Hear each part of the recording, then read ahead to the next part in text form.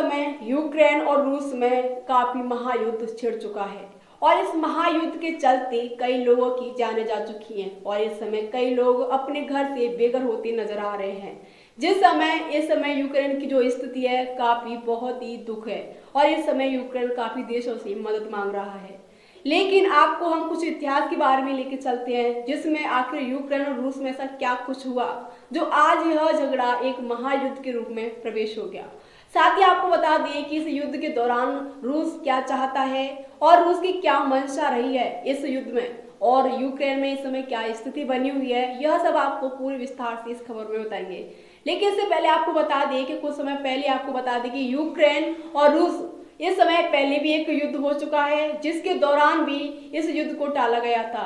काफी लोगों की उस समय भी जाने गई थी और इस समय भी इस महायुद्ध में अब तक 137 लोगों की जाने जा चुकी है।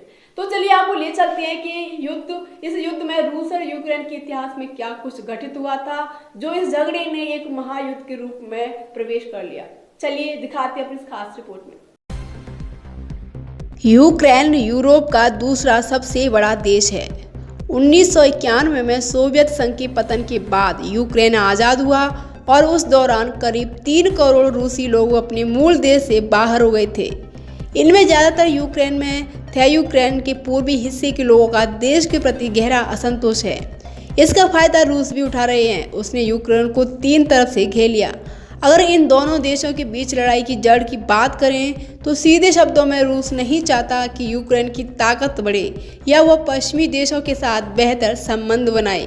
साथ ही आपको बता दें कि 2014 में रूस ने यूक्रेन का हिस्सा रहे क्रीमिया पर नियंत्रण कर लिया था। क्रीमिया वह प्रायद्वीप है जिसे सन 1954 में सोवियत संघ ने यूक्रेन को तोहफे में दिया था। जब यूक्रेन सोवियत संघ से अलग हुआ तो कई बार क्रीमिया को लेकर दोनों देशों के बीच तनाव भी पैदा हुआ। इसके बाद से ही यूक्रेन पश्चिमी देशों के साथ अपने संबंधों को बेहतर बनाने की कोशिश में जुटा।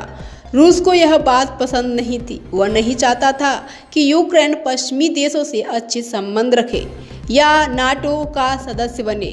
साथ ही आपको बता दें रूसी हमले में अब तक 137 लोग मारे जा चुके हैं और वही 316 घायल हुए। अमेरिकी रिपोर्ट के मुताबिक यूक्रेन पर रूस की तरफ से कुल 203 हमले किए गए जिसमें 160 हमले मिसाइल और 83 लैंड बेस्ड टारगेट हिट किए गए। यूक्रेन की रक्षा मंत्री ने दावा किया है कि यूक्रेनी फोर्सेस ने रूस के 7 एयरक्राफ्ट, 6 हेलीकॉप्टर और 30 टैंक तबाह कर दिए। साथ ही रूस की सेना यूक्रेन के शहर कोनोटोप को घेर लिया और बाकी फोर्सेस राजधानी कीव की तरफ बढ़ रही हैं। आपने देख लिया होगा कि इस समय यूक्रेन की क्या स्थिति बनी हुई है और यूक्रेन और रूस के पिछले इतिहास में क्या संबंध रहे हैं। इस प्रकार की आगे जानकारी के लिए जुड़े रहिए न्यूज़ 19 के साथ। नमस्कार।